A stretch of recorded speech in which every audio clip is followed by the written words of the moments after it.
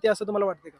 नक्कीच ह्याच्यामध्ये काय दुमतच नाहीये. जर समजा एखादा विद्यार्थी जर मेहनत करतोय, कष्ट करतोय, हं. सगळ्या गोष्टी करतोय आणि जर असं जर आयोगाला फसवून म्हणा किंवा डुप्लिकेट सर्टिफिकेट काढून म्हणा किंवा अजून काही गैरवापर करून किंवा गैरकृत्य करून जर त्या विद्यार्थ्याची नेमणूक होते, हं. तर जो काही बाकीचे विद्यार्थी आहेत किंवा जे बी काही प्रिपरेशन करतायत, कोणी गावाकडचे आहेत, कोणी मिडल क्लास आहे, कोणी जॉब करून करतोय, कोणी एज बार झालेलं आहे. हं. प्रत्येकाचे काही ना काही इश्यू आहेत, काही ना काही फॅमिली प्रॉब्लेम आहेत. ह्या हं. सगळ्या गोष्टी सोडून लोकं विद्यार्थी दिल्लीसारख्या ठिकाणी म्हणा, महाराष्ट्र म्हणा, प्रत्येक राज्यातून, प्रत्येक गावातनं, खेड्यापाड्यातनं येतात. हं. आणि जर सगळ्या ह्या गोष्टीतनं, ह्या सगळ्यातनं येऊन विद्यार्थी जर प्रिपरेशन करतायत आणि त्यांच्यासमोर जर ह्या अशा गोष्टी जर येत असतील, हं.